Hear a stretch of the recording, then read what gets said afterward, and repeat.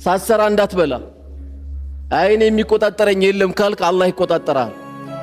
ቀድም የተባለውን ገንዘብ አንተም ዝም ብለህ እንዳትበላ፣ ባልሰራ ወላ ፔሮል ላይ እንዳትፈርም። ስራህን በደንብ እንደውም ጨምረ ነው መስራት ያለብህ። በእኔ የተነሳ አንድ ሽማግሌ አንድ አሮጊትን ያለውበት መስሪያ ቤት መድከም የለበትም ነው ማለት ያለብህ።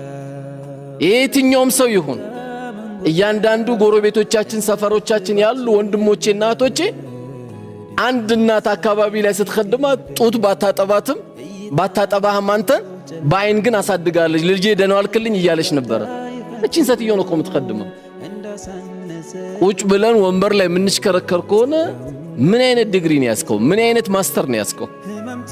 ነብዩ አለይሂ ሰላቱ ወሰለም የተኙበት እኮ ጊዜ የለም። ቁም ኢለይለ ኢላ ቀሊላን የተባሉት ሌሊቱን ቁም ትንሽ ተኛ ነው የተባሉት። እነ ዑመር ኢብኑ አብዱል አዚዝ ዳህ እስኪጠፋ ድረስ ዓለምን መርተውታል።